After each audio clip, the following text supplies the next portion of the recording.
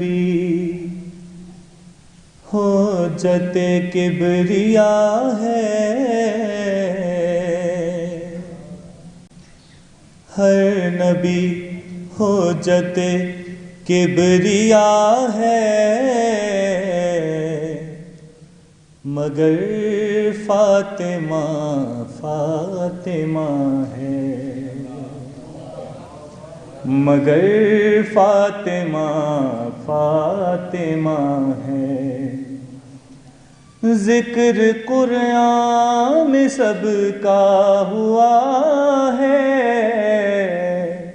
مگر فاطمہ فاطمہ ہے۔ پنجتن کو بنا کر خدا نے کہا، ہے مجسم مشیت میری مصطفیٰ، میری مرضی کا مالک علی مرتضیٰ، میری قدرت حسین و حسن فاطمہ، خلق پانچوں کو میں نے کیا ہے، مگر فاطمہ فاطمہ ہے۔ اور تجھ پہ کھل جائے گا پڑھ حدیث قصہ، کس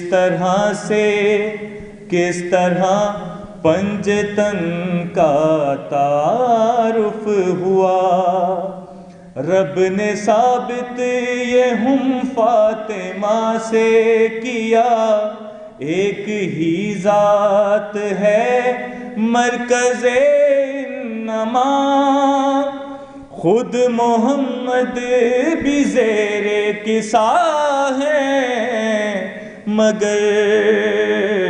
مگر فاطمہ فاطمہ ہے۔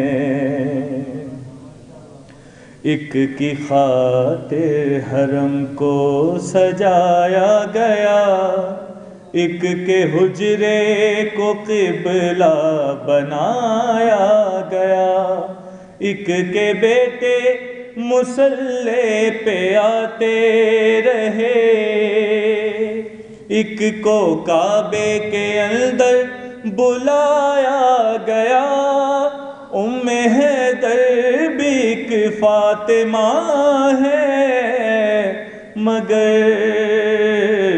مگر فاطمہ فاطمہ ہے۔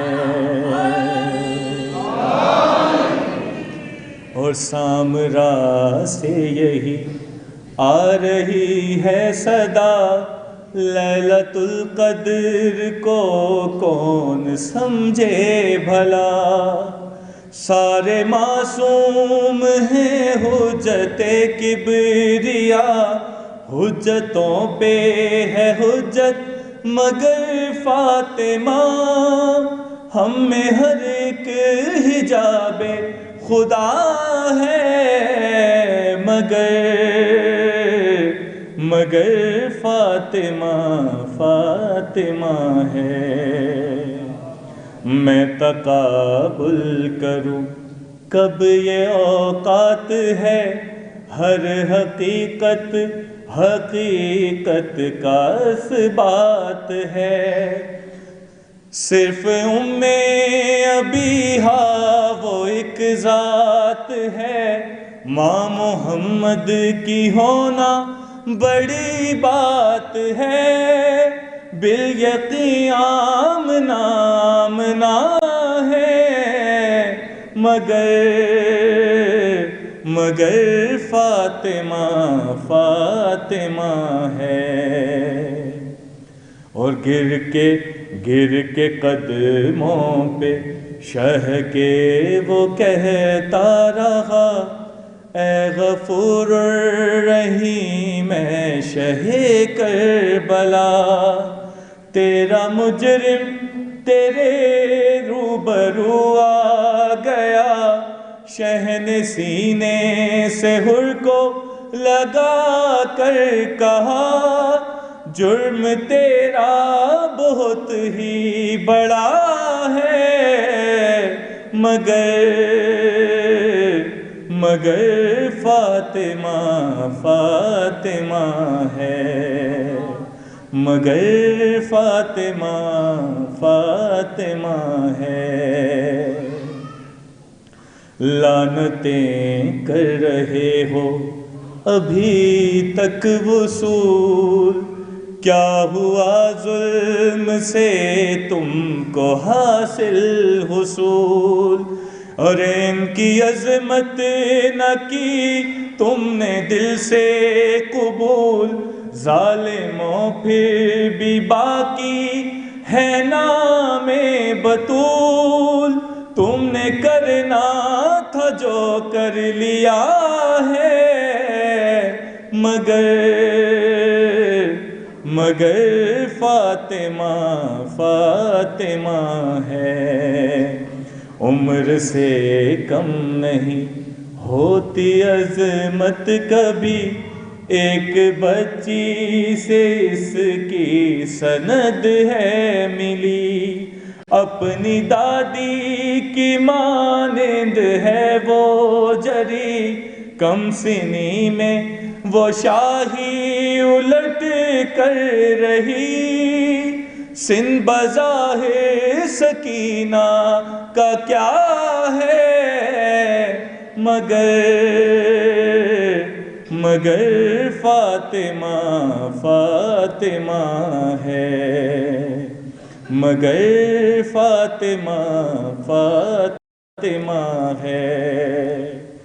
بول فضا سے قمبر ذرا غور کر، میرے مولا میں ہیں سب خدا کے ہنر، رات بر مدح حیدر وہ کرتا رہا، وجد طاری تھا فضا پہ اس دم، مگر اس نے سب مان کر بھی کہا ہے، مگر فاطمہ فاطمہ ہے۔ صلوات پڑھیں محمد و آل محمد۔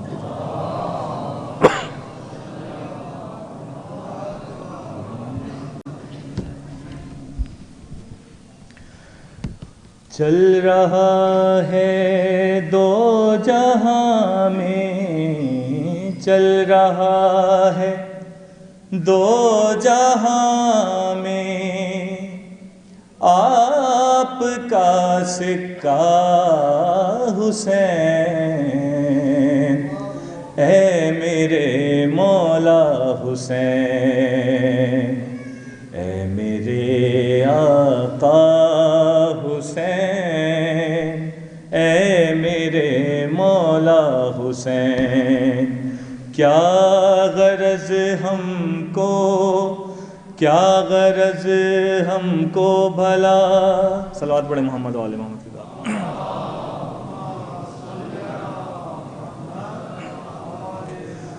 کیا غرض ہم کو زمانے کے بدلتے روپ سے، کیوں بھلا گھبرائیں ہم ظلم و ستم کی دھوپ سے، جب عزاداروں کے سر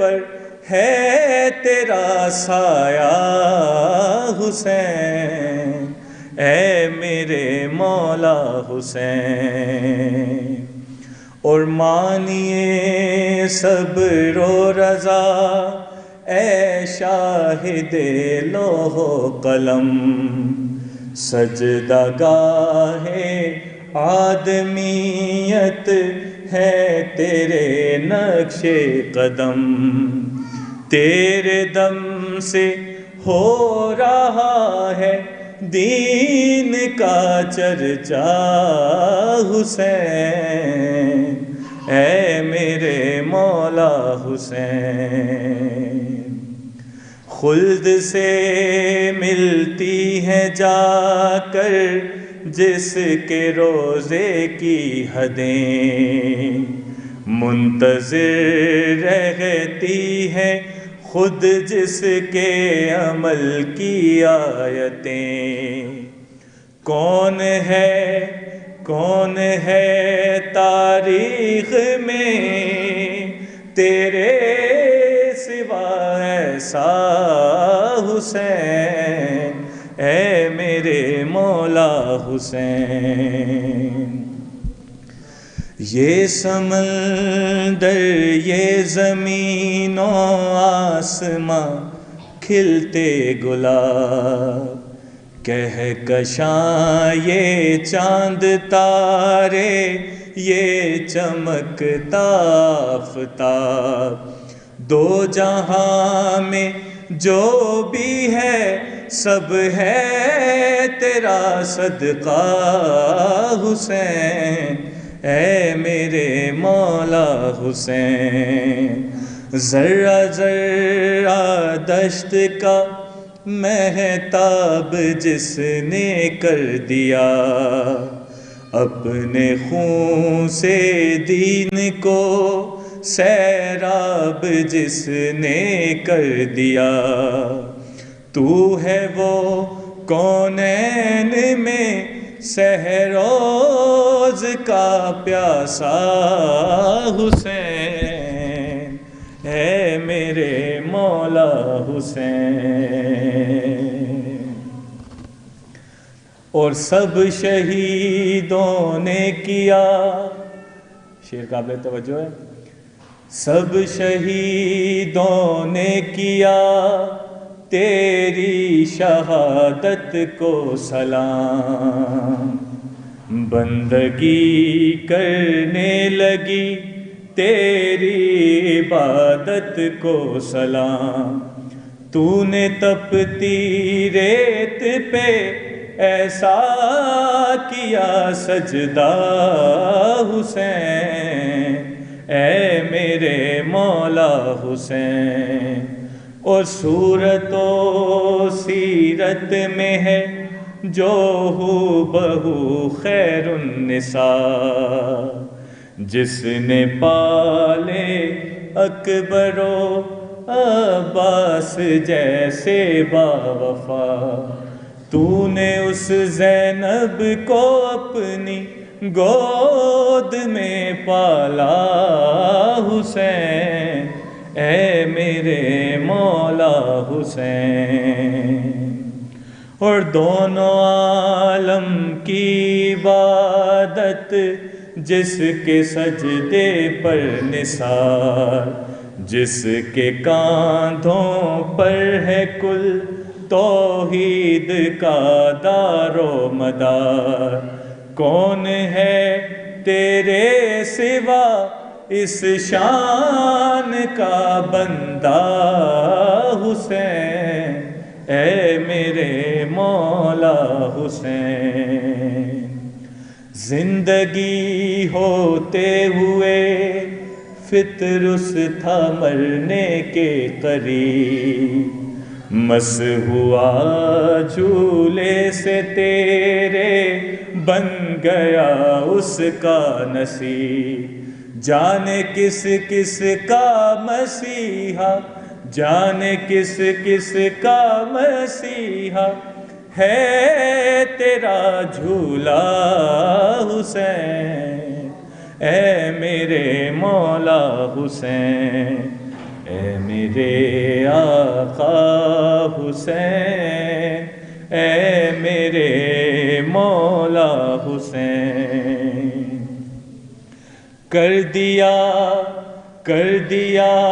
انکار حق نے ایک بیٹے کا جسے، تو نے اے مولا اسی کو 7 بیٹے دے دیے، یوں بدل دیتا ہے تو تقدیر کا لکھا حسین، اے میرے مولا حسین۔ اے میرے آقا حسین، اے میرے مولا حسین۔ درود پر محمد و آل محمد۔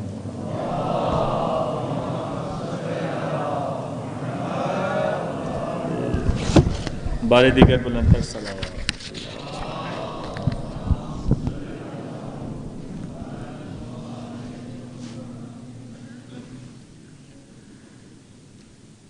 رہے حیات میں منزل کو ڈھونڈنے والوں،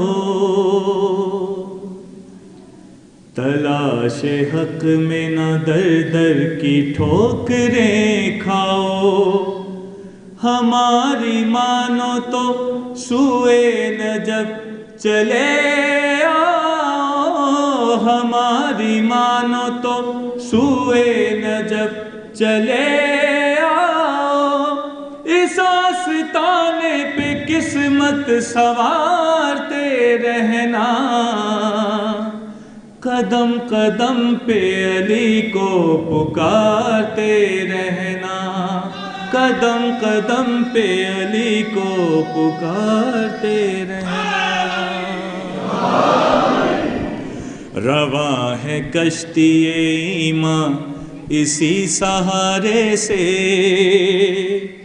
نہ رک سکے گی یہ ظلم و ستم کے دھارے سے، علی کے نام پہ لگ جائے گی کنارے سے، علی کے نام پہ لگ جائے گی کنارے سے، ہر ایک موج سے ساحل ابھارتے رہنا، قدم قدم پہ علی کو پکارتے رہنا، قدم قدم پہ علی کو پکارتے رہنا۔ علامہ صاحب تشریف لا چکے ہیں، علامہ صاحب کی صحت و سلامتی کے لیے بلند تر صلوات پڑھیں محمد اللہ۔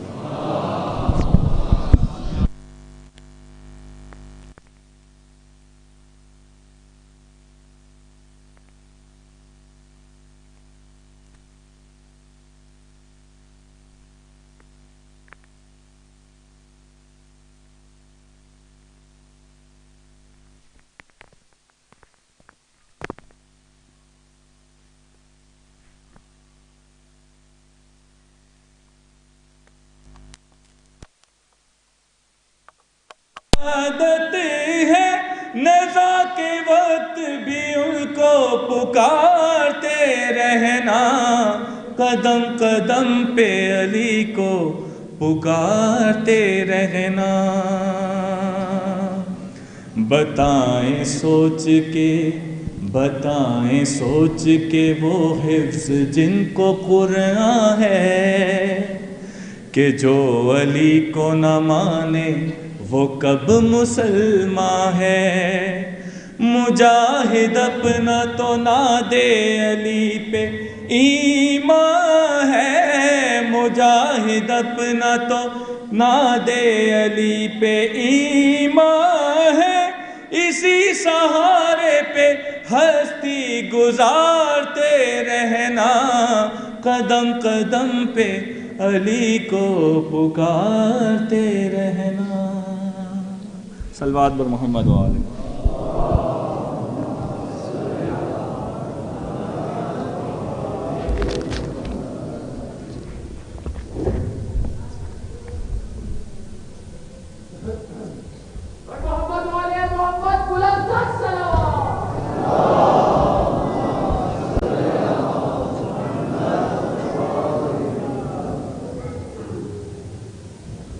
دو مجالس کے اعلانات سماعت فرما لیں۔ ایک مجلس شہادت امام سرکار علیہ السلام کل 25 رجب یعنی کہ جو ہے ہفتے کی درمیانی شب محلہ سیدنا بارہ میں برپا کی جائے گی، سید جابر حسین شاہ صاحب کے گھر میں بعد مغرب ہے۔ آپ تمام سے وہاں کر کے ابتدا ہے۔ دوسری مجلس 26 رجب المرجب بروز ہفتہ، یہ دوسری مجلس قدیم مبارکہ سادات جنگی سیدہ میں برپا کی جائے گی، جہاں پر انشاءاللہ مولانا سید جناب محمد حسین نقوی خطاب فرمائیں گے۔ آپ تمام مومنین سے وہاں پر بھی شرکت کی استدعا ہے۔ ایک صلوات پڑھ لیجیے گا۔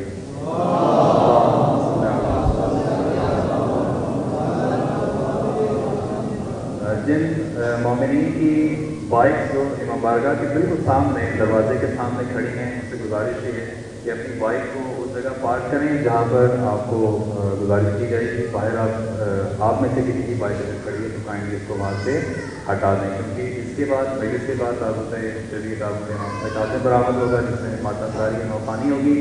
مادنی تنظیمیں جو ہیں وہ نوخوانی اور کرتا پیش کریں گی، اس لیے رش بن جائے گا۔ تو برائے مہربانی بائکس کو وہاں سے ریموو کریں اور مناسب جگہ پر پارک کریں۔ ایک صلوات پڑھیں۔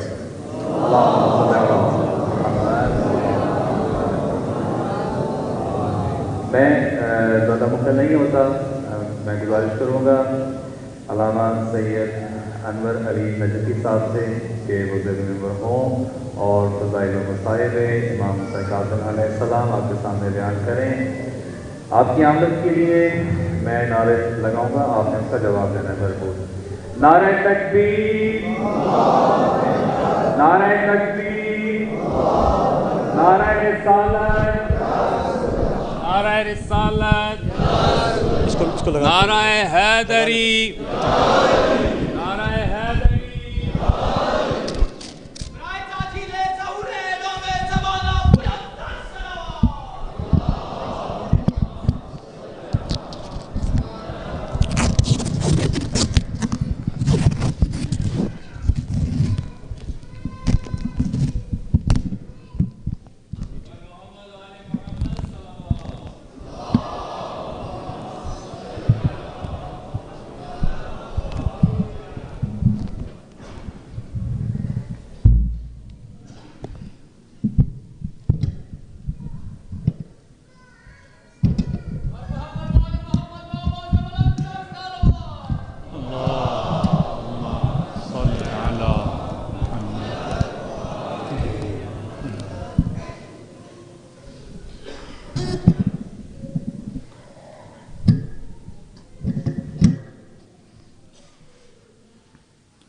اعوذ باللہ من الشیطان اللعین الرجیم، بسم اللہ الرحمن الرحیم، الحمد للہ رب العالمین، والصلاة والسلام التحیۃ والاکرام علی اشرف الانبیاء والمرسلین وعلی آلہ الطیبین الطاہرین المعصومین ولعنۃ اللہ علی اعدائہم اجمعین۔ اما بعد فقد قال الله تبارك وتعالى يا أيها الذين آمنوا اتقوا الله وكونوا مع الصادقين۔ صلوات۔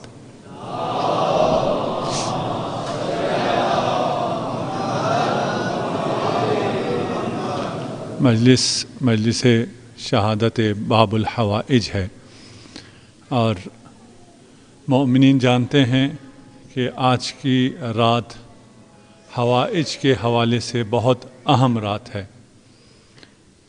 تمام حاجت مند بیٹھے ہیں، کچھ کو اپنی حاجتوں کا علم ہے، کچھ کو اپنی حاجتوں کا علم نہیں ہے، کچھ نے دعا کی التماس کی ہے، کچھ نے التماس نہیں کی، لیکن سب محتاج ہیں، اور ہم سب امام کے کرم کے، امام کے فیض کے علاوہ اپنی زندگی کا ایک لمحہ بھی گزار نہیں سکتے۔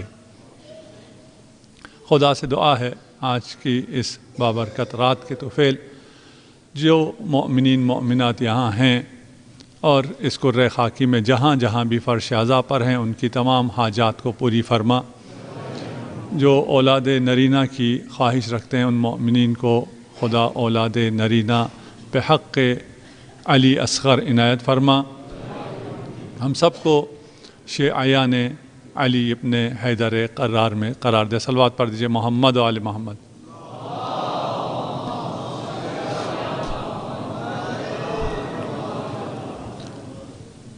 جس امام کی شہادت کی مناسبت سے ہم یہاں جمع ہیں، تاریخ میں ہر امام نے ایسا کردار ادا کیا ہے کہ لگتا ہے کہ اگر یہ امام اس وقت میں نہ ہوتے تو اسلام بچ نہیں سکتا تھا۔ در حقیقت یہ 14 معصومین ایک ہی ہستی ہیں، یہ سارے محمد ہیں، اولنا محمد، اوسطنا محمد، آخرنا محمد۔ صلوات پڑھ دیجیے محمد و آل محمد۔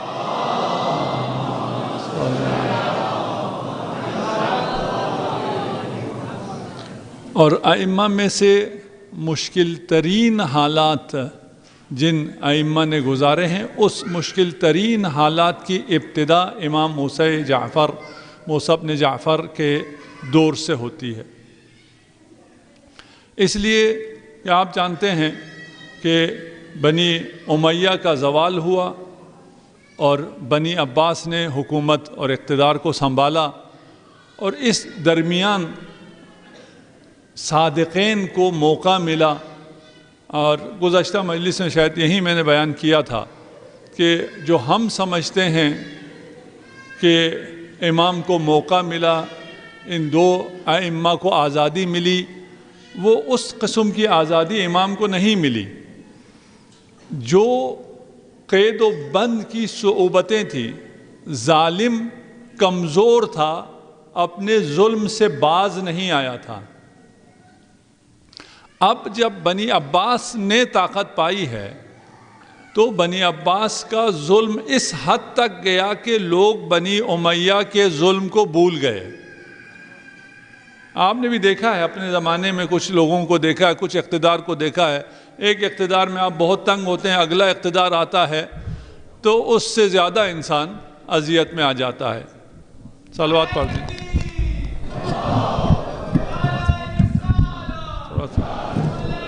تھوڑا اور آگے۔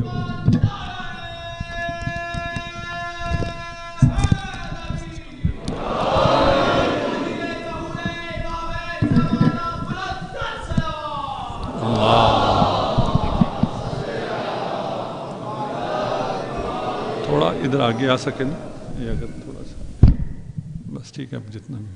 صلوات پڑھ دیجیے محمد و آل محمد۔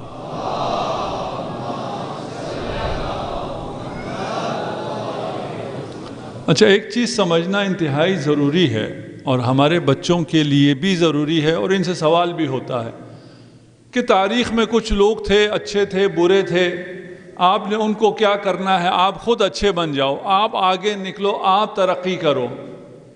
تاریخ میں اچھے بروں کا تعین کرنا، ان کو کسی کو امام ماننا، کسی کو مقتدی ماننا، ان کی تاریخ پڑھنا اور اس مشاجرات میں پڑھنا اور دیکھنا کون حق پر تھا اور کون حق پر نہیں تھا، اس سے کیا فرق پڑتا ہے؟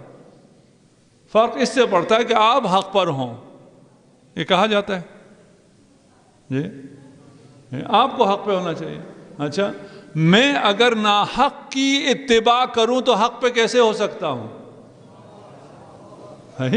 ایسا تو نہیں ہے کہ آپ کسی کی پیروی نہیں کرتے، پیروی تو آپ کسی کی پیروی کر رہے ہیں، ہم کسی کی پیروی کر رہے ہیں، ہم حق کی پیروی کر رہے ہیں اس لیے حق پر ہیں۔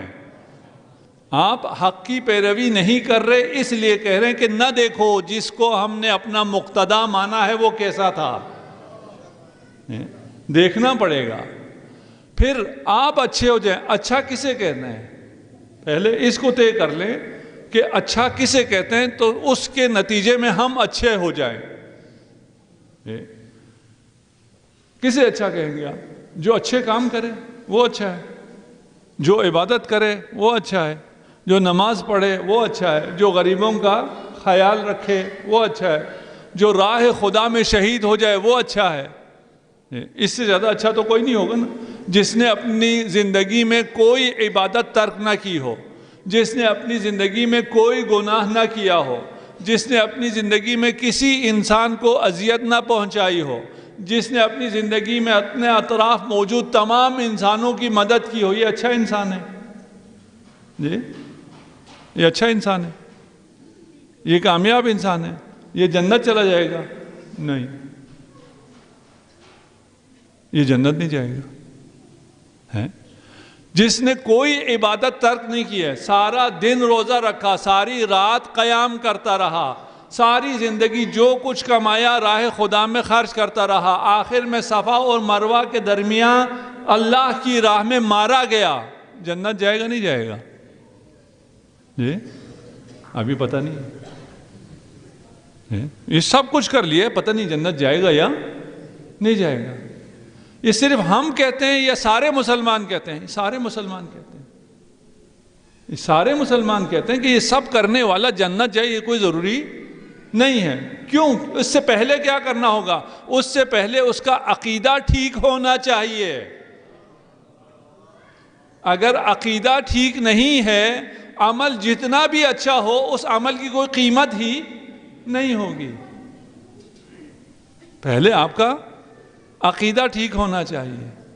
اگر آپ کا عقیدہ ٹھیک نہیں ہے، اگر آپ موحد نہیں ہیں، اگر آپ خدا کی توحید کو نہیں مانتے ہیں، اگر آپ مشرک ہیں، آپ ساری دنیا کی اچھائیاں، ساری دنیا کی نیکی بھی انجام دیں گے، آپ کو کوئی ثواب نہیں ملے گا، نہیں ملے گا، آپ کی توبہ بھی قبول نہیں، آپ کا گناہ بھی بخشا نہیں جائے گا۔ پھر تو بہت اہم ہو گیا نا، عقیدہ عمل سے زیادہ اہم ہوا۔ یعنی آپ جتنا بھی عمل کر لیں، اگر عقیدہ ٹھیک نہیں ہے تو وہ سارا عمل بیکار گیا۔ یہ بات واضح ہے۔ توحید بھی اسی طرح ہے، آپ کے کانسیپٹ کلیئر ہونے چاہیے۔ معاد کا عمل سے کیا تعلق ہے؟ معاد قیامت تو کہتے ہیں نا، قیامت تو جب آئے گی تب ہم عمل کریں گے۔ تب کیا عمل کریں گے؟ قیامت کے دن ہم کیا کریں گے؟ نفسا نفسی ہوگی، سب اپنے مائیں اپنے بچوں کو چھوڑ کے بھاگ جائیں گی۔ وہ عمل تو ہم نے اس وقت کرنا ہے، ابھی کیا کرنا ہے؟ ابھی کچھ بھی نہیں کرنا، ابھی تو صرف ایک عقیدہ رکھنا ہے کہ قیامت ہے۔ اگر یہ عقیدہ نہ رکھیں اور سارے اچھے عمل کریں، وہ تمام عمل کا کوئی فائدہ ہی نہیں ہے۔ عقیدے کے بغیر عمل کا کوئی فائدہ نہیں ہے۔ اس عقیدے میں سارے کانسیپٹ ہے۔ سب سے پہلے توحید ہے، انما ولیکم اللہ، تمہارا ولی اللہ ہے۔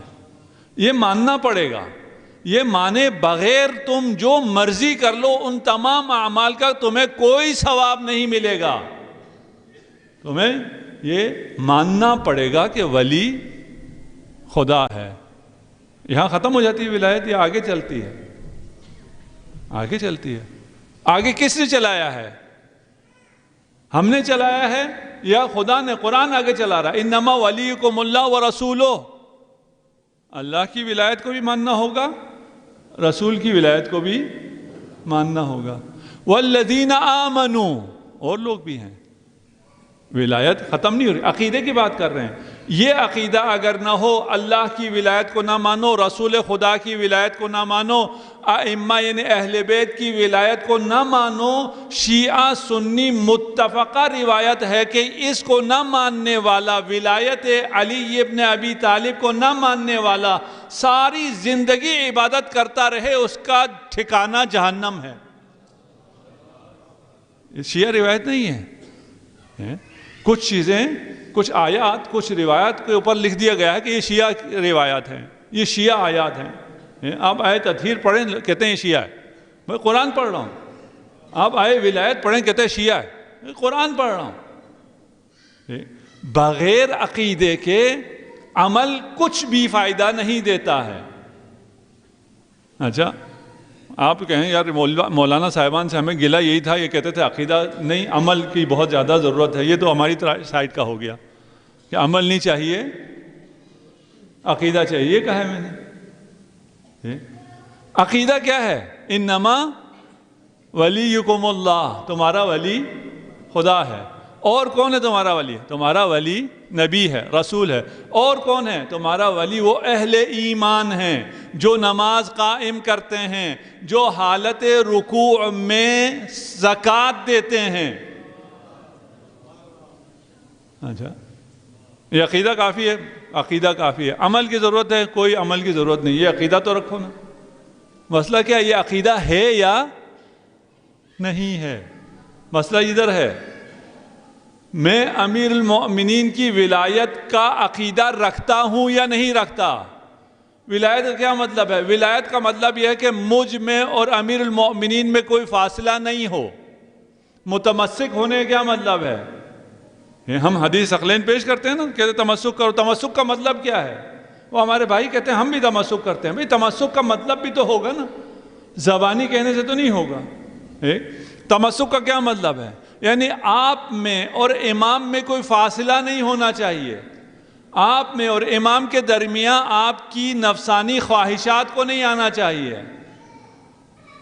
اگر آپ کی خواہشات امام کے حکم پر مقدم ہو گئے تو امام آپ کا ولی نہیں ہے، آپ ولایت پر نہیں ہے۔ ولایت کے بغیر نہ نماز قبول ہے نہ روزہ قبول ہے۔ ولایت ہو اور نماز نہ پڑھے، یہ ہو سکتا ہے؟ ولایت ہو، ولایت امیر المومنین ہو، وہ مولا الموحدین ہو اور ہمارا توحید سے کوئی تعلق نہ ہو سکتا ہے؟ نہیں ہو سکتا۔ یہ ولایت ہی نہیں ہے، یہ عقیدہ ہی نہیں ہے۔ اگر ہم علی کو مانتے ہوں اور علی کا مان نہ رکھتے ہوں تو ماننا ہی نہیں ہے نا۔ یہ کون سا ماننا ہوا؟ یہ تو پھر آپ علی کو مانتے ہی نہیں ہیں۔ آپ علی کو مانیں، اس کے بعد سارے مسائل حل ہیں۔ آپ دامن عصمت سے متمسک ہو جائیں۔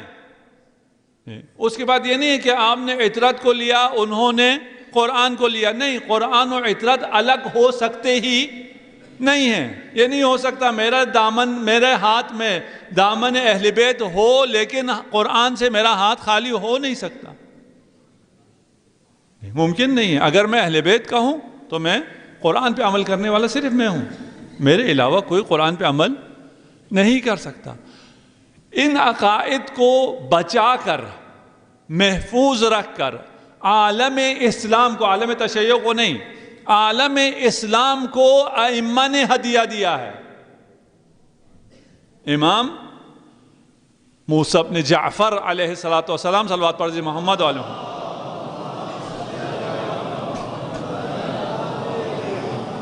آپ کا احسان تمام مسلمانوں پر، صرف شیعوں پہ نہیں، تمام مسلمانوں کے پاس جتنا بھی صحیح عقیدہ ہے، ہمارے پاس بھی تو سارا صحیح عقیدہ نہیں ہے نا، عوامی سطح پہ جب آ جائیں تو صحیح تو نہیں ہے، ہم اس کی ڈیٹیل میں اس گہرائی میں ہم وہ عقیدہ نہیں رکھتے ہیں، ہم نے وہ ٹائم بھی نہیں دیا ہے۔ جس کے پاس جتنا ہے وہ سب کا سب دین، وہ سب کا سب کانسیپٹ، وہ سب کا سب عقیدہ اہل بیت کے ذریعے پہنچا ہے، اسی لیے متفق ہیں۔ ہم بیان کرتے ہیں، ہمارے بھائی بیان نہیں کرتے۔ اگر ولایت امیر المؤمنین نہیں ہے، آپ کی عبادت قبول نہیں ہے۔ آپ چھوڑیں، آپ کے بڑوں کی عبادت قبول نہیں ہے، ان کی عبادت بھی عبادت ہی نہیں ہے۔ نہ فقط عبادت نہیں ہے، ان کے گناہ رہیں گے، گناہ گار تو تھے، ان کے گناہ ختم ہونے والے نہیں ہیں۔ یہ امام کا احسان ہے ہم پر، ائمہ کا احسان ہے۔ میں گزشتہ سال میں نے یہاں پڑھی، نہیں معلوم کہاں پڑھی، میں نے امام پہ صفوان جمال کا واقعہ میں نے سنایا تھا آپ کو، یہاں سنایا کہیں اور سنایا۔ آج اس سے تھوڑا سا پہلے شروع کر رہا ہوں، وہ واقعہ بھی دوبارہ سناؤں گا، تھوڑے سے نئے پہلو آپ کو دوں گا اس میں سے۔ امام نے، سب سے پہلے تو یہ بتا دوں کہ صفوان جو ہے وہ اونٹ کا کام کرتا تھا، اس کے پاس اونٹ تھے، اس وقت ٹرانسپورٹیشن اونٹ کے ذریعے ہوتی تھی، اس کے پاس کمپنی تھی، وہ اونٹ کرائے پہ دیتا تھا۔ اور ایک ایسے شخص جس کا کاروبار نسبتاً کم درجے کا ہو، وہ امام کا دوست ہے، کیونکہ وہ ولایت امیر المومنین پر ہے، وہ امام کاظم کی ولایت پر ہے، اس لیے امام اس کے دوست ہیں۔ یہ اگر میں آپ کو سمجھا سکوں اور سب سے پہلے تو میں خود سمجھ سکوں کہ امام آپ کے دوست ہیں، امام آپ کو چاہتے ہیں، امام آپ سے محبت کرتے ہیں۔ یہ نہیں کہ میں بہت پست ہوں، میں بہت کمتر ہوں، نہیں، آپ جیسے مرضی ہیں، اگر آپ کا عقیدہ صحیح ہے تو امام کو آپ سے محبت ہے. امام آپ کے لیے زمانے کا امام، ہاں زمانے کا امام آپ کے لیے دعا کرتا ہے، وہ آپ کی طرف متوجہ ہے. دیکھیں صفوان سے کیا کہہ رہے ہیں، صفوان سے کہہ رہے ہیں کہ تیری ہر چیز زبردست ہے. ہم میں سے کسی سے امام زمانہ یہ کہیں گے؟ ہم اگر اپنی گریبان میں جھانکیں امام ہمیں داد دیں گے؟ امام کہیں تو بالکل صحیح ہے، تیری ہر چیز زبردست ہے، کہیں گے؟ ہم اپنے آپ کو جھانک کے دیکھ سکتے ہیں. ہمیں یہ چیز پتہ چل سکتی ہے، یہ نہیں کہ پتہ نہیں چلے گی کہ امام کی ہمارے بارے میں رائے کیا ہے. کل شیء فیک جمیل، تیری ہر چیز زبردست ہے. کتنا بڑا جملہ ہے جی. اس جملے کو سننے کی تڑپ تو ہونی چاہیے نا دل میں، کہ ہمارے کانوں میں کاش زمانے کا امام کہے یا فلان کل شیء منک جمیل، تیری ہر بات زبردست ہے. لیکن ایک بات، جو ایک کام تو نے کیا وہ مجھے پسند نہیں آیا. کہا مولا کیا کیا میں نے جو آپ کو پسند نہیں آیا؟ تو نے اونٹ کرائے پہ دیے کسی کو، ہارون کو جو اونٹ کرائے پہ دیے. میں نے حج پہ جانے کے لیے کرائے پہ دیا، میں نے کسی لشکر کشی کے لیے اسے کرائے پہ نہیں دیے. اور بھی میرا اس کا کوئی تعلق نہیں ہے، نہ میں اس کی پارٹی میں ہوں، نہ میں اس کے جلسوں میں جاتا ہوں، نہ میں اس کو فنڈ کرتا ہوں، نہ اس کے لیے نعرے لگاتا ہوں. جو حج پہ جا رہا تھا میں نے اونٹ دے دیے. اب آپ اپنا اندازہ لگا لیں کس کس نے کہاں کہاں اونٹ دے رکھے ہیں، اور اونٹ سے بڑھ کے دے رکھے ہیں. جو جہاں نعرے لگا رہا ہے اس کو پتہ ہونا چاہیے میں کس کے لیے نعرے لگا رہا ہوں. جو جہاں ووٹ ڈال رہا ہے اسے پتہ ہونا چاہیے میں کہاں ووٹ ڈال رہا ہوں. ووٹ ہم نے ڈالے ہیں، اور اسی اسمبلی نے بل وہ پاس کیا ہے جس کے بعد آپ کو حق کے حیات آپ سے چھن جائے گا. ہمارا حیا، ہماری زندگی کیا ہے؟ ہمارا عقیدہ. میں نے کیا بیان کیا ابھی؟ اہم کیا ہے؟ عقیدہ. اگر ہمارا عقیدہ ہم سے چھین لیا جائے، ہمیں اپنے عقیدے کے اظہار کی آزادی نہ ہو، تو ان کو ہم نے نعرے لگا کے ووٹ دے کے ان کی ریلیوں میں شرکت کر کے انہیں بھیج دیا تھا. آپ کیا کہیں گے؟ ہم نے ووٹ اس لیے نہیں دیا تھا کہ وہ جا کے یہ بل پاس کرے. تو کس لیے دیا تھا؟ ہم نے اپنی کسی مصلحت کے لیے دیا تھا. ہمیں اپنی نوکری کا مسئلہ تھا، ہمیں یہ تھا علاقے میں ہماری کوئی ٹور بن جائے، ہمیں پتہ نہیں کیا کیا تھا. ہوتا کچھ بھی نہیں ہے. یہ تاریخ سے ہم نے سیکھا ہی نہیں ہے. جس کے پیچھے بھاگتے ہو، جن مقاصد سے بھاگتے ہو، کوئی مقصد تمہارا دنیاوی بھی پورا نہیں ہوتا. ایسے بے وفا لوگ ہیں. اس کو کم از کم صفوان کو کرایہ تو مل رہا تھا، اس کے اونٹ تو کرایہ پہ جا رہے تھے. ہم جو کرایہ پہ دیتے ہیں ہمیں واپس کرایہ بھی نہیں ملتا. اپنی جیب سے پیسے لگا کے جلسوں میں گھوم رہے ہوتے ہیں اور یہ بل پاس کر رہے ہیں. یہ بل جانتے ہیں یہ بل کیا ہے؟ یہ بل توہین رسالت کا بل ہے. یعنی یہ بل پاس کرنے والے سب توہین رسالت کے مرتکب ہیں.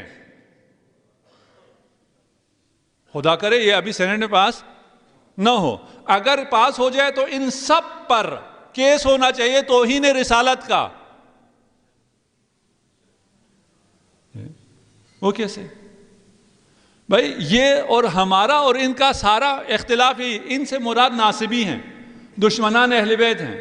ہمارا اور دشمنان اہل بیت کا نواسب کا فرق یہ ہے، ہم کہتے ہیں رسول خدا خاتم الانبیاء والمرسلین، ہم امت ہیں، وہ اور ہیں، ہم اور ہیں.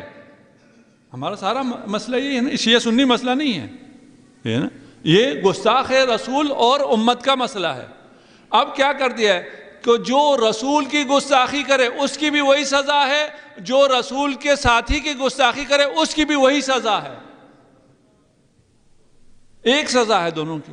تو دونوں ایک ہو گئے نا، رسول اور دوسرے ایرے غیرے جتنے ہیں وہ سب ایک ہو گئے.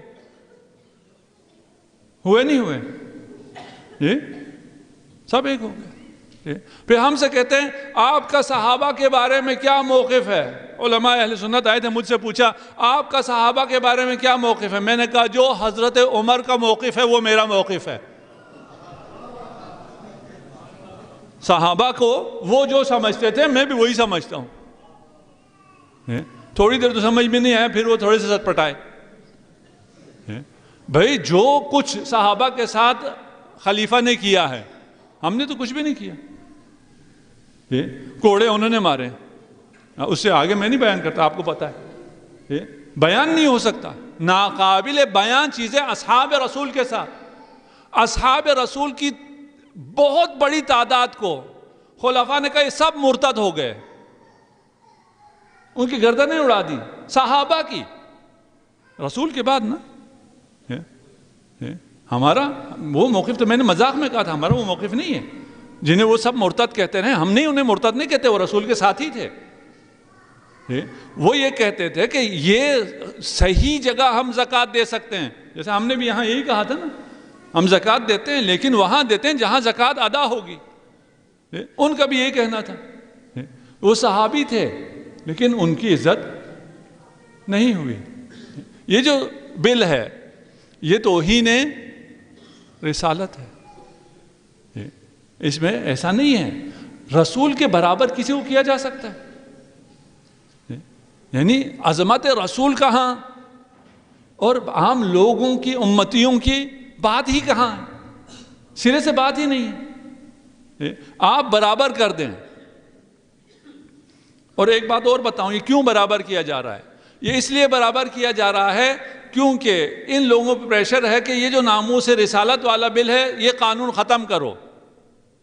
یہ آپ شہر اقتدار میں رہتے ہیں, آپ کو پتا ہے کہ ویسے جو بھی آتا ہے اس سب کا حکومت پہ یہی پریشر ہوتا ہے.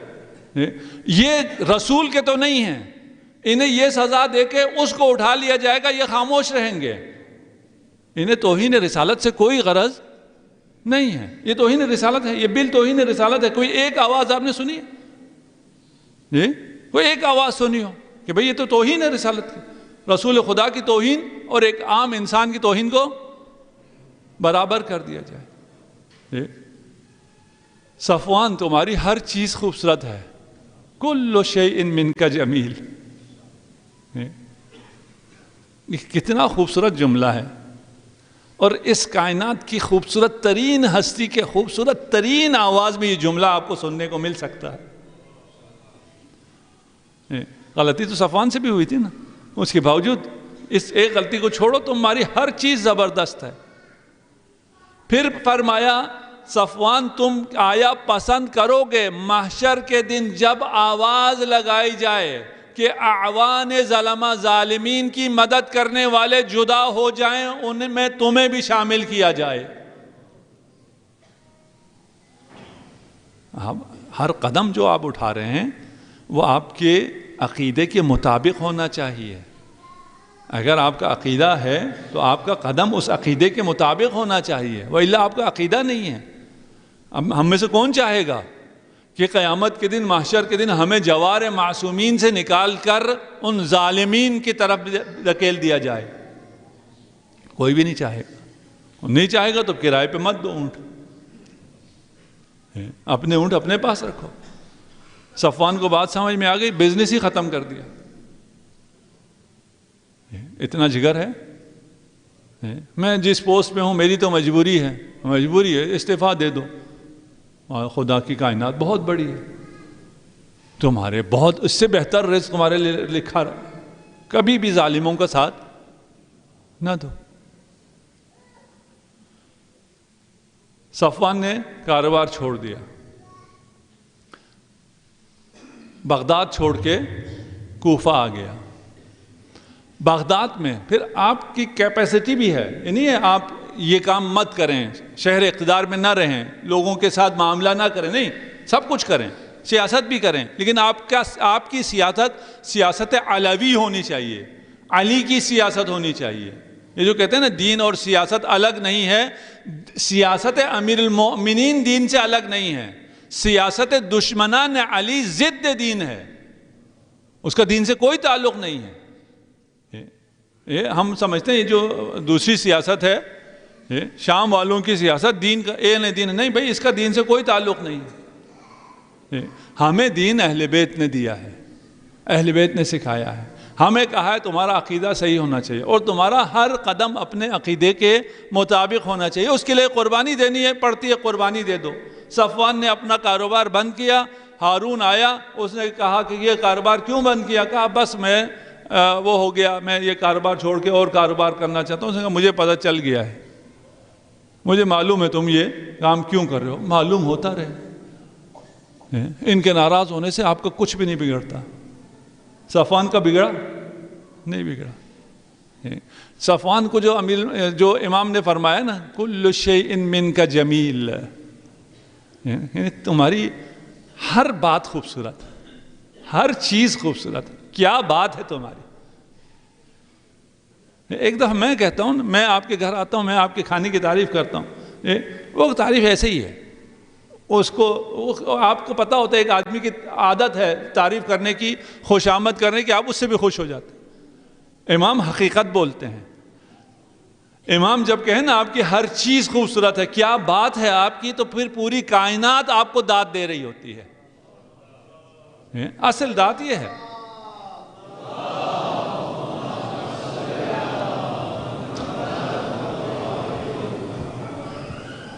صفوان آ گیا کوفہ میں، علی ابن یقطین، ان پہ ابھی ڈسکس نہیں کرتا، ابھی ہمیں علی ابن یقطین سے زیادہ کام نہیں ہے، اس پہ ہم نے گفتگو کر رکھی ہے۔ ان کیریکٹرز کو دقت سے، تحقیق کے ساتھ پڑھنا چاہیے اور پھر اپنی زندگی کے لیے رہنمائی لینی چاہیے۔ یہ وہ ہیں جن کی رہنمائی امام نے خود مستقیم فرمائی ہے۔ کہاں تقیہ کرنا ہے، کہاں لوگوں کی مدد کرنا ہے، کہاں کس حد تک کس بات کا اظہار کرنا ہے، کہاں کس بات کا اظہار نہیں کرنا، یہ تمام علی ابن یقطین کی زندگی میں ہے۔ صفوان کو کوئی کام پڑ جاتا ہے علی ابن یقطین سے۔ علی ابن یقطین آپ کو پتا ہے وزیر اعظم ہے، بنی عباس کا وزیر اعظم ہے۔ وہاں آوان ظلمہ میں سے نہ ہونا، ووٹ نہ ڈالنا۔ ایک طرف آپ کو میں یہ بھی کہہ رہا ہوں، اگر آپ کا عقیدہ کہتا ہے یہاں ووٹ نہیں ڈالنا تو ووٹ نہیں ڈالنا۔ دوسری طرف اگر آپ کو وزیر اعظم بننے کا موقع ملتا ہے وزیر اعظم بھی بن جاؤ، لیکن سمجھ کے، یہ سب چیزیں پرکھ کے، امام کی رضا کو دیکھ کر۔ وہ وزیر اعظم ہے، یہ گیا انسان ہے، اس نے بندے کو، اس کا جو سیکٹری تھا، جو بھی تھا، پی اے تھا، اس سے کہا بتاؤ صفوان آیا ہے۔ اس نے کہا ابھی میرے پاس ٹائم نہیں ہے، تھکا ہوا تھا، مصروف تھا، اس کے بعد میٹنگز تھی، اس نے ملنے سے انکار کیا۔ صفوان نے کچھ انتظار کیا، اس نے دیکھا یہ تو نہیں ملتا، وہ واپس کوفہ چلا گیا۔ علی ابن یقطین جب مدینہ پہنچتا ہے حج کے موسم میں، دق الباب کرتا ہے، امام کا خادم آتا ہے اور کہتا ہے امام نے فرمایا میرے پاس تجھ سے ملنے کا وقت نہیں ہے۔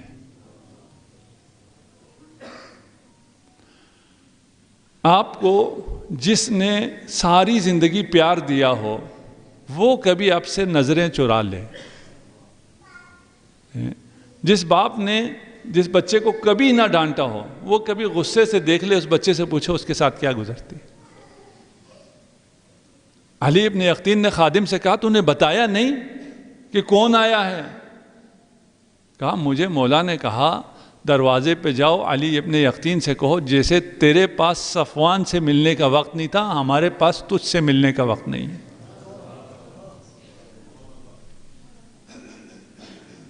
آپ ہوں گے اپنی جگہ جو بھی آپ کے ذہن میں وہ ہے، لیکن اگر کوئی مجبور، کوئی لاچار آ جاتا ہے اسے وقت دیں،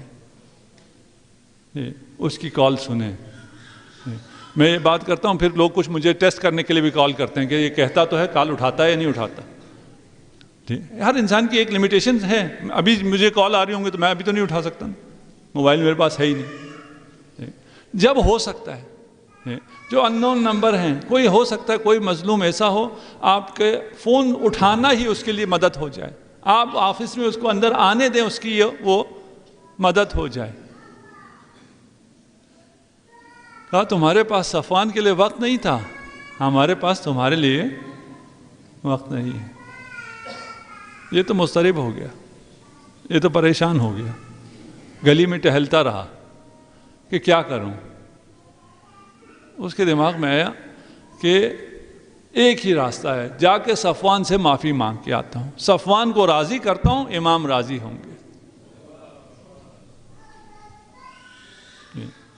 ہم راضی کرتے ہیں کوئی مومن بھائی ہم سے ناراض ہو گیا ہوں، اس سے اگر میں معافی مانگوں یہ میرے سر چڑھ جائے گا، چڑھ جائے سر پہ یار کیا ہو جاتا ہے، امام راضی ہو جائیں گے۔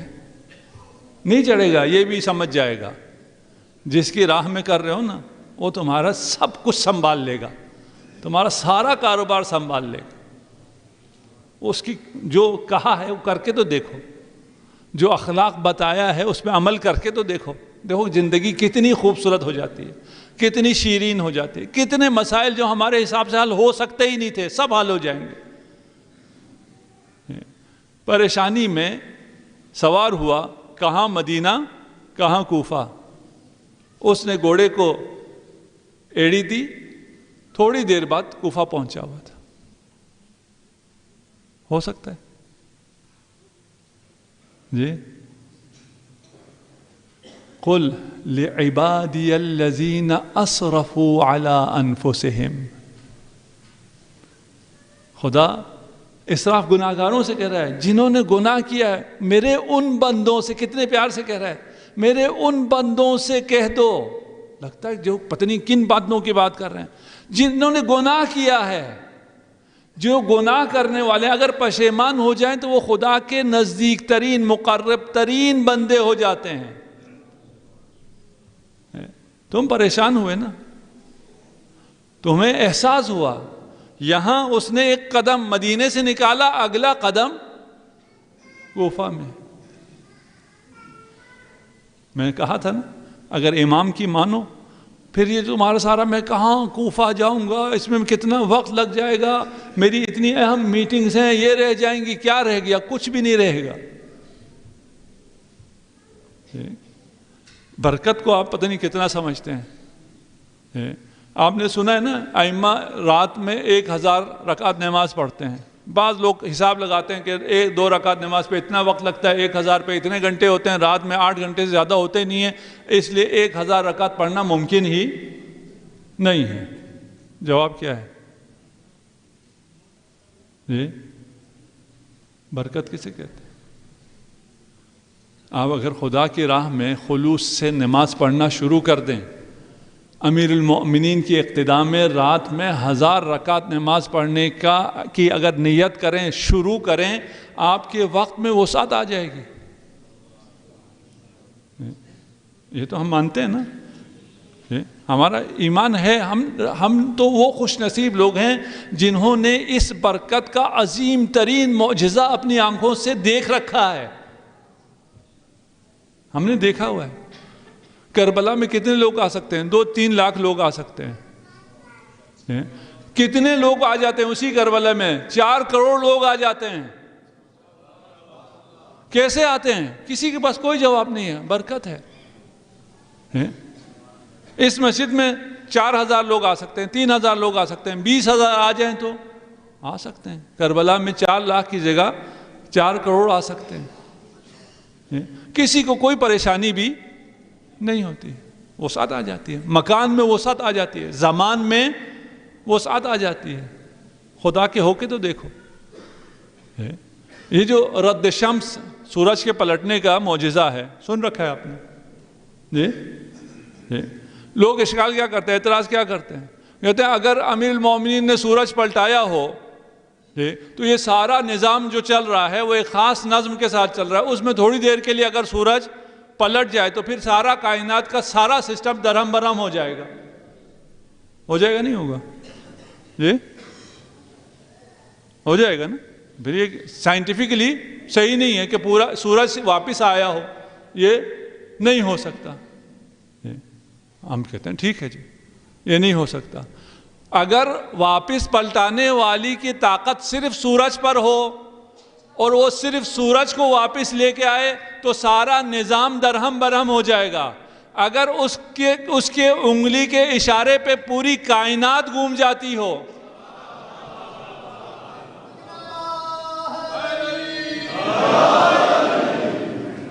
پھر کائنات کا نظام دھرم برہم ہوگا؟ نہیں ہوگا. پوری کائنات، صرف آپ کا سولر سسٹم نہیں ہے، پوری کائنات اس کے اشاروں پر ہے. اس نے اشارہ کیا، پوری کائنات کو ریورس لگ گیا.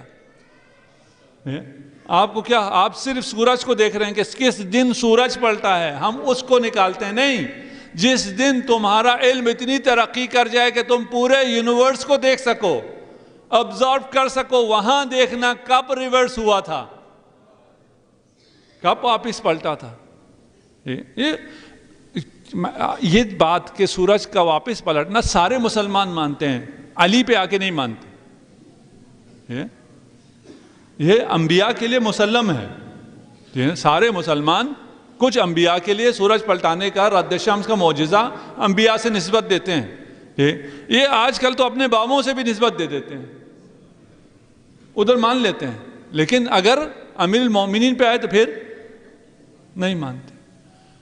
علی ابن یقطین امام کی رضا کے لیے مدینہ سے نکلا. اس نے یہ کوئی کیلکولیشن نہیں کی کہ میں جاؤں گا، کب پہنچوں گا، کیا ہوگا، میری میٹنگ سے کیا ہوگا. میں تو وزیر اعظم ہوں، اس کے اور خاصے پروٹوکولز ہیں، میٹنگز ہیں، ساری چیزیں ہیں، سب کو پتہ چلے گا، سب دفع ہو جائے، سب کو چھوڑو، امام کو راضی کرو، چلو کوفہ چلو. یہاں ایک قدم اٹھایا، وہاں دوسرا قدم کوفہ میں. ابھی ایک ممبری ہیں کاظمین میں خطاب کر رہے تھے. آج کل کیونکہ یہ خطابات لائیو آتے ہیں، عرب خطیب تھے، وہ سنا رہے تھے، کہتے یہ سچا واقعہ ہے، اور وہ شخص ابھی زندہ ہے جس کے ساتھ یہ واقعہ ہوا، ابھی بوڑھا ہے، وہ کوئی 60-70 سال پہلے، 60-70 سال پہلے وہ کہتا ہے میں جوان تھا، میں نے شادی ہوئی تو شادی کے بعد ہم نے کہا کاظمین ہم زیارت پہ جاتے ہیں. کاظمین زیارت کے لیے گئے، راستے میں 60-70 سال پہلے اس کاظمین حرم کے اطراف میں کچھ صحرا تھے، وہاں کچھ اوباش لوگ بیٹھے ہوئے تھے. ان اوباشوں نے ان کو تنگ کرنا شروع کیا. جب اسے مشکل ہوا تو اس نے باب الحوائج کو پکارا، امام کو پکارا کہ میں تو آپ کے پاس آ رہا تھا، اب آپ ہی مدد کیجیے. کہتا اتنے میں ایک بڑی سی گاڑی آئی، اس میں سے ایک سید اترا اور اس نے کہا آ جاؤ گاڑی میں بیٹھ جاؤ. 60-70 سال پہلے آپ کو پتا ہے اسلام آباد پنڈی میں ایک آدھ گاڑیاں ہی ہوا کرتی تھی، وہاں بھی نہیں ہوا کرتی، بہت محدود گاڑیاں ہوا کرتی. وہ کہتے ہیں ہم بیٹھے اور باب القبلہ پہ اس نے ہمیں اتارا. ہم جیسے ہی گاڑی سے نیچے اترے ہم نے دیکھا نہ گاڑی ہے نہ سید ہے. امام نے بچایا. باب الحوائج ہے. باب الحوائج کا مطلب کیا ہے؟ باب اللہ ہے. یہ اس میں کوئی شرک وغیرہ نہیں ہے، کوئی غلو نہیں ہے. ہم امام کو باب الحوائج مانتے ہیں، ہم امام موسیٰ بن جعفر کو باب اللہ مانتے ہیں. ہم اللہ سے اپنی حاجتیں اس دروازے سے لیتے ہیں.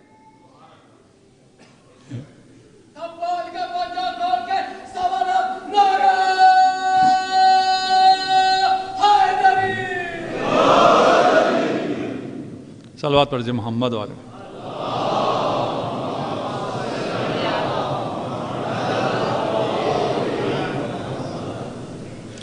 میں یہ واقعات نہیں سناتا، میں آج اتفاق سے سن رہا تھا ابھی جو چل رہا ہے کاظمین میں. ابھی آپ کو پتہ ہے کاظمین میں کتنے لوگ ہیں، ایک معجزہ ہے وہاں پہ.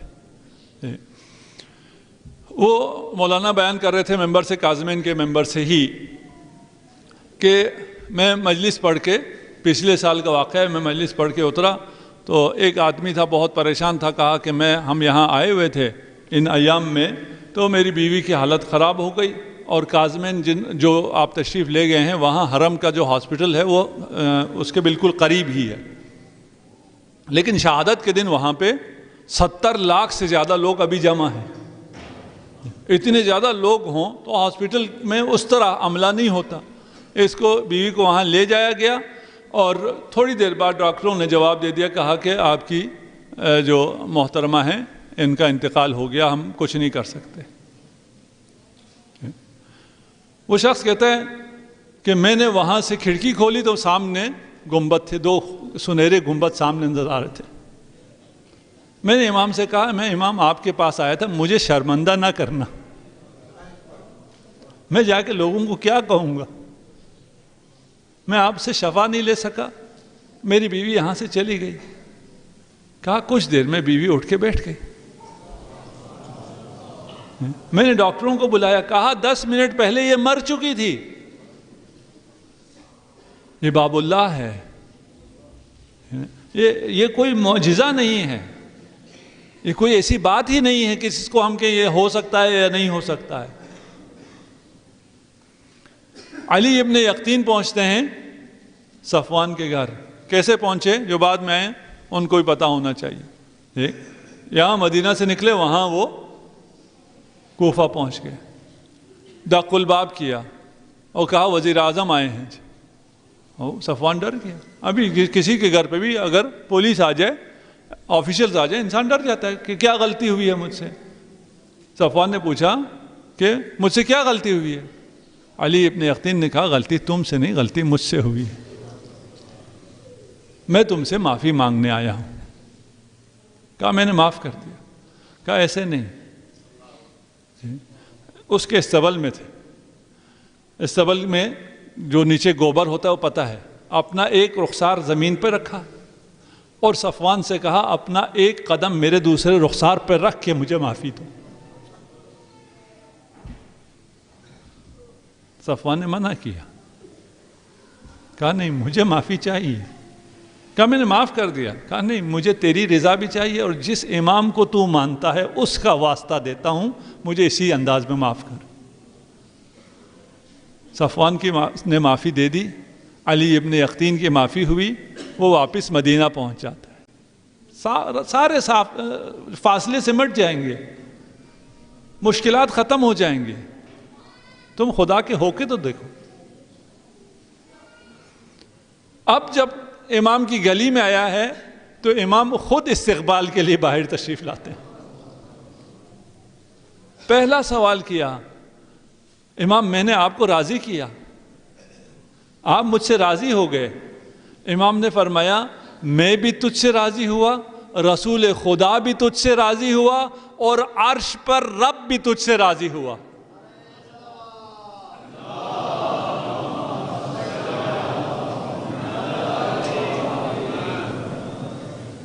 یہ سلسلہ امامت موجود ہے,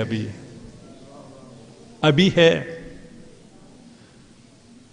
اگر تم سے غلطی ہو جاتی ہے اسی امام کی طرف جاؤ. غلطی کر کے بھی امام کی طرف ہی جانا ہوتا ہے. وہ کریم ابن کریم ہے, وہ تمہیں آغوش سے لگائیں گے, وہ تمہاری ساری مشکلیں حل کر دیں گے. تم اس کے بن کے تو دیکھو. کل شیء منک جمیل. یہ تڑپ تو پیدا کرو نا. کاش ہمارے کانوں میں بھی امام کی آواز آئے, ہم امام کا دیدار کر سکیں, ہم امام کا ظہور دیکھ سکیں. کتنے خوش نصیب ہیں کہ ہم امام زمانہ کے محبین میں سے ہیں. ہمارے وقت کا امام وہ ہے جس کے لیے امام جعفر صادق علیہ الصلاۃ والسلام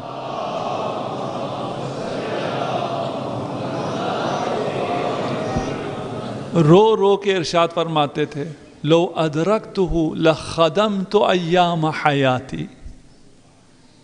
میں اگر امام زمان کو درک کرتا اپنی زندگی ان کی خدمت میں گزار دیتا. ہمیں وہ زمانہ ملا ہے, ہم امام کی خدمت کر سکتے ہیں, ہم ناصرین امام میں ہو سکتے ہیں. اور یہ احسان ہے ائمہ کا ہم پر. یہ جو ہدایت پر ہم ہیں یہ بہت بڑی نعمت ہے. اس عقیدے کے بغیر کچھ بھی نہیں. یہ میں دوبارہ کہہ رہا ہوں, یہ ہمارا عقیدہ نہیں ہے, تمام مسلمانوں کا عقیدہ ہے. وہ اپنے عقیدے کو بیان نہیں کرتے. جو اپنا عقیدہ بیان بھی نہ کریں ان کا عمل کیا قبول ہوگا. اور جن کا عقیدہ یہ ہے کہ اس کائنات میں انما ولیکم اللہ ورسولہ والذین آمنوا الذین یقیمون الصلاۃ, اور ہمارا نماز سے کوئی تعلق ہی نہ ہو سکتا ہے, ہمارا ایمان سے کوئی تعلق نہ ہو. اگر ہمارے کانسیپٹ کلیئر ہو, مجھے اگر پتہ ہے یہ آتش ہے, میں کبھی بھی اس میں ہاتھ نہیں ڈالوں گا. مجھے آپ کو کہنا بھی نہیں پڑے گا اس آگ میں ہاتھ نہ ڈالو, کسی کو نہیں کہنا پڑتا. صرف یہ بتانا پڑتا ہے کہ یہ گرم ہے, یہ ہیٹر جل رہا ہے, یہ گرم ہے, اتنا بتانا پڑتا ہے. اس کے بعد یہ نہیں کہنا پڑتا اس کو ہاتھ نہ لگاؤ. آتی ہی نہیں ہے کہ عمل ضروری ہے یا عمل ضروری نہیں ہے. اور ہمارا تعلق تو بات بھی کھلے ہاتھوں کھلے باہوں سے آپ کا استقبال کرتے ہیں. آپ حر ہیں تو بھی امام کی طرف جائیں, آپ علی ابن یقطین ہیں تو بھی امام کی طرف جائیں, آپ صفوان ہیں تو بھی امام کی طرف جائیں, آپ سلمان ہیں تو بھی امام کی طرف جائیں, آپ بوذر ہیں تو بھی امام کی طرف جائیں. ہر دور میں وہ 313 ہم نے سنا ہوا ہے, ہر دور میں ان 313 کے علاوہ بھی ہر دور میں بھی امام کے خاص اصحاب ہوتے ہیں, ہمیں ان میں بھی شمار ہونا ہے. اس میں شمار ہونے کے لیے بھی ہمیں دعا کرنی ہے. اور ان ائمہ نے آپ کے عقیدے کے لیے, آپ کی نجات کے لیے کتنی قربانی دی ہے. تمام ائمہ کو زہر دیا گیا ہے, یا شہید کیا گیا ہے یا زہر دیا گیا ہے. اور اس زہر میں پھر اپنے بیٹیوں کے سامنے, اپنے بہنوں کے سامنے کسی کو تڑپنا اور کسی کے جگر کے ٹکڑے کٹ کٹ کر تشت میں آنا, کتنا سخت مرحلہ ہے. اتنی عظیم ہستیاں, اتنی مہرباں ہستیاں جو لطف و کرم ہے, جو عطا ہی عطا ہے, ان پہ اتنا ظلم. اور اس میں آج جس امام کی شہادت کے لیے ہم جمع ہیں, اسے جس زندان میں زہر دیا گیا, اس زندان میں اس کا خیال رکھنے کے لیے کوئی موجود بھی نہیں ہے. اجرکم علی اللہ. امام نے خدا سے دعا کی تھی, خدایا مجھے ایسی خلوت عنایت فرما جس میں صرف تیری عبادت کر سکوں, صرف تجھ سے تیری طرف متوجہ رہ سکوں. جب امام کو زندان میں ڈالا جاتا, ہر زندان بان جب دیکھتا کہ سارا دن عبادت کرتا ہے, ساری رات سجدے میں ہے, سارا دن روزے سے ہے, وہ خود منقلب ہو جاتا تھا. وہ خود کہتا تھا اس شخص کو میں مزید نہیں رکھ سکتا, اسے میرے زندان سے لے جاؤ. لیکن آخر میں ایک زندان ایسا آیا جس نے امام کی دعا کو بدل دیا. جو زندان کی دعا کرنے والا امام اب دعا کرتا ہے, اللہم خلصنی من سجن ہارون, خدایا مجھے ہارون کے زندان سے رہائی عنایت فرما. اس زندان میں ایسا کیا تھا, اس زندان میں نہ سورج کے طلوع ہونے کا پتہ چلتا تھا, نہ غروب کا پتہ چلتا تھا, چھت اتنی نیچے تھی امام قیام بھی نہ کر سکتے تھے, زمین اتنی گیلی تھی زمین پر بھی نہیں بیٹھ سکتے.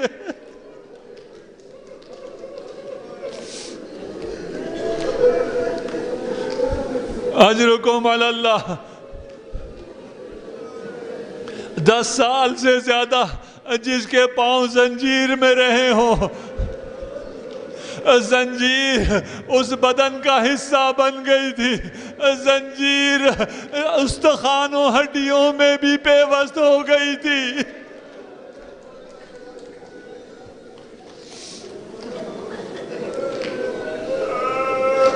علی ابن سوید کہتا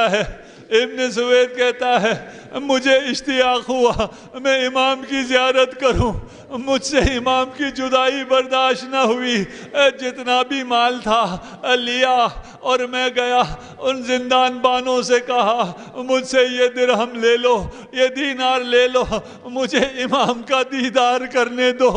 انہوں نے قبول کیا, کہا فجر کے وقت آنا, جب سب سو رہے ہوں تب آنا. میں گیا تو کہا ابن سوید یہ چراغ لے کر جاؤ، زندان اتنا تاریک ہے، زندان میں اترنے کا راستہ بھی سجائی نہ دے گا۔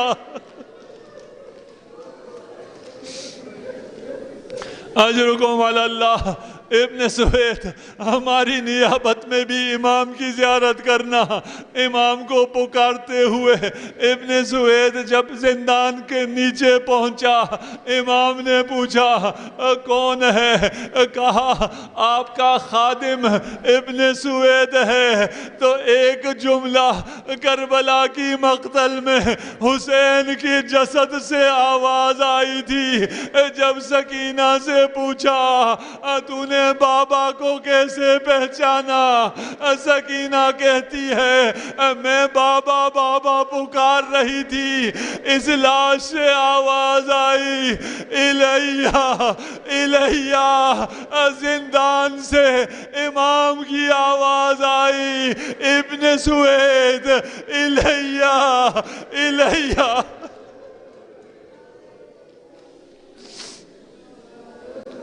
اجرکم علی اللہ۔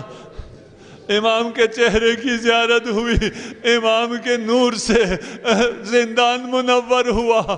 میں نے پوچھا امام تمام شیعہ تمام محبین آپ کی زیارت کے لیے بےتاب ہیں، آپ کو زندان سے کب رہائی ملے گی؟ امام نے فرمایا ابن سوید میں جلد رہا ہونے والا ہوں، جلد تم مجھ سے مل سکو گے۔ کہا مولا اگر وقت بھی بتا دیں۔ فرمایا جمعے کی صبح جسر بغداد پر، بغداد کے پل پر ملاقات ہوگی۔ ملاقات کا وعدہ ملا۔ ابن سوید خوشحالی کے ساتھ آیا، کاظمین کے ہر دروازے پر گیا۔ خوشخبری ہے، بشارت ہے، مولا آزاد ہو رہے ہیں، آقا تشریف لا رہے ہیں۔ جمعہ کی صبح سب چلے آنا۔ جمعے کو ابن سوید بھی منتظر ہے، شیعہ بھی منتظر ہے۔ زندان کا دروازہ کھلا، زندان سے امام نہ آئے۔ ایک دروازے پر ایک لاش رکھی ہے، کیسے کہوں دروازے سے یہ تعلق پرانا ہے۔ آج دروازے کے اوپر لاش ہے، کل دروازہ کسی ماں پہ گرا تھا۔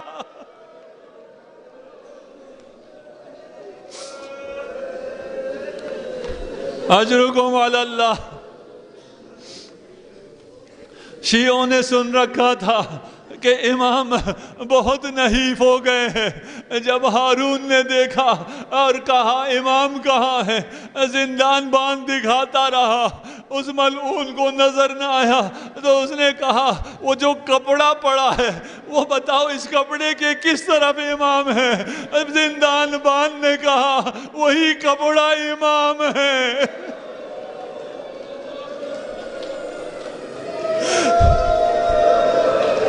شیعوں نے سن رکھا تھا امام کے اوپر کپڑا ہو تو جسد معلوم نہیں ہوتا، لیکن اس دروازے پر جو جسد رکھا ہے یہ زخیم معلوم ہوتا ہے۔ جب ہٹا کر دیکھا تو جنازے سے زیادہ زنجیریں ہیں۔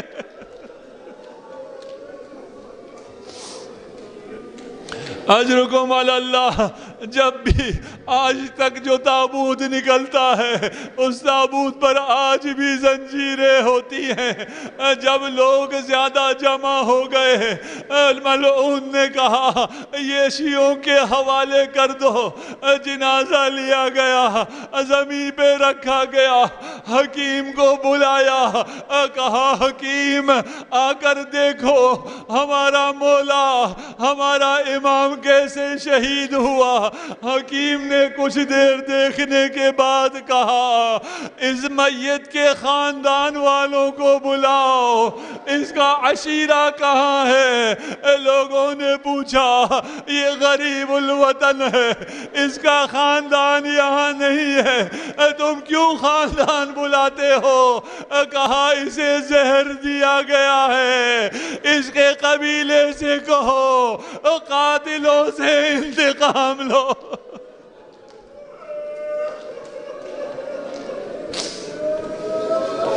اجرکم علی اللہ۔ 10 وسطہ عرض کروں گا، امام کے لاش کو رکھا گیا، لیکن شیعہ ہزاروں کی تعداد میں جمع ہو گئے، طرح طرح کے کفن لائے گئے، سب کہتے ہیں جو کفن ہم لائے ہیں وہ کفن دیا جائے، لیکن میرا سلام اس غریب پر جس کا بدن 3 دن تک بے غور و کفن پڑا رہا۔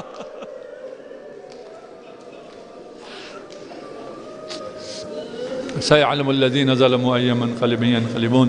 ماتم حسین۔